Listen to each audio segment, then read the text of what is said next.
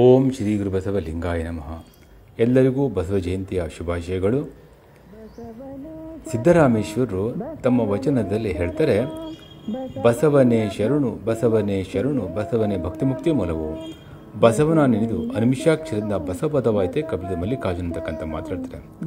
ಅಲ್ಲಿ ಬಸವನೇ ಶರಣು ಬಸವನೇ ಶರಣು ಬಸವನೇ ಭಕ್ತಿ ಮುಕ್ತಿಗೆ ಮೂಲವು ಅಂತಕ್ಕಂಥ ಮಾತು ಹೇಳ್ತಾರೆ. ಅಂದರೆ ಇಲ್ಲಿ ಬಸವಣ್ಣರು ಭಕ್ತಿಯನ್ನು ಕೊಡ್ತಾರೆ. ಇದು ಸಾಮಾನ್ಯವಿರ್ತಕ್ಕಂಥ ಭಕ್ತಿ ಅಲ್ಲ, ಇದು ಅಸಾಮಾನ್ಯವಿರ್ತಕ್ಕಂಥ ಭಕ್ತಿ.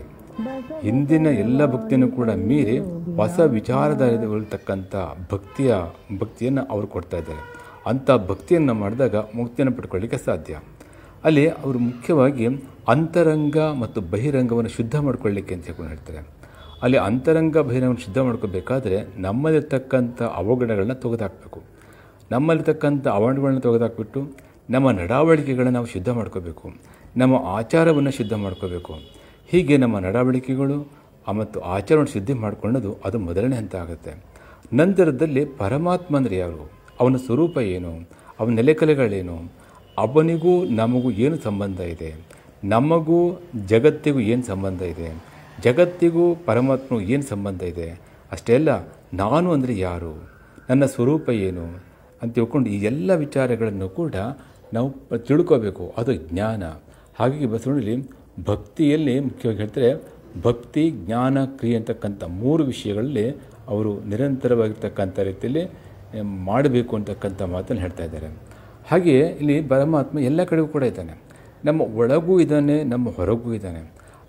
ಆದರೆ ನಮ್ಮ ಒಳಗಿರ್ತಕ್ಕಂಥ ಪರಮಾತ್ಮನಿಗೆ ನಿಕಟವಾಗಿರ್ತಕ್ಕಂಥ ಸಂಬಂಧನ ಇಟ್ಕೋಬೇಕು ಅಂತಕ್ಕಂಥ ಮಾತನ್ನು ಅಲ್ಲಿ ಹೇಳ್ತಿದ್ದಾರೆ. ಅದರಿಂದ ಇಲ್ಲಿ ಭಕ್ತಿ ಮಾಡಬೇಕಾದ್ರೆ ಮುಕ್ತಿ ಮಾಡೋದ್ರಿಂದ ನಮಗೆ ಮುಕ್ತಿ ಸಿಗುತ್ತೆ. ಬಸವಣ್ಣನವರು ಎಲ್ಲ ಪದವಿಗಳನ್ನು ಕೂಡ ಮೀರಿ ಪರಮಾತ್ಮನ ಹತ್ರ ಒಡೆದು ಒಂದಾಗಬೇಕು ಅಂತಕ್ಕಂಥ ಮಾತನ್ನು ಹೇಳ್ತಾರೆ. ಅದರಿಂದ ಇಲ್ಲಿ ಭಕ್ತಿ ಮುಕ್ತಿಗೆ ಮೂಲ ಅಂತಕ್ಕಂಥದ್ದನ್ನು ನಾವು ನೋಡ್ತಾ ಇದ್ದೇವೆ. ಅಂತಹ ಮಹಾಗುರು ಬಸವಣ್ಣನವರಿಗೆ ನಾವು ಶರಣು ಹೋಗೋಣ.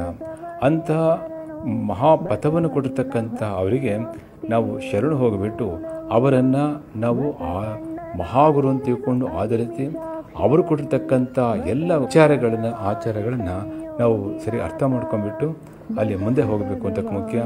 ಆ ಪ್ರಕಾರದಲ್ಲಿ ಮಾಡಿಕೊಂಡಾಗ ಪರಮಾತ್ಮನ ಒಡೆದು ಒಂದಾಗಬಹುದು ಅಂತಕ್ಕಂಥ ಮಾತು ಹೇಳ್ತಾರೆ.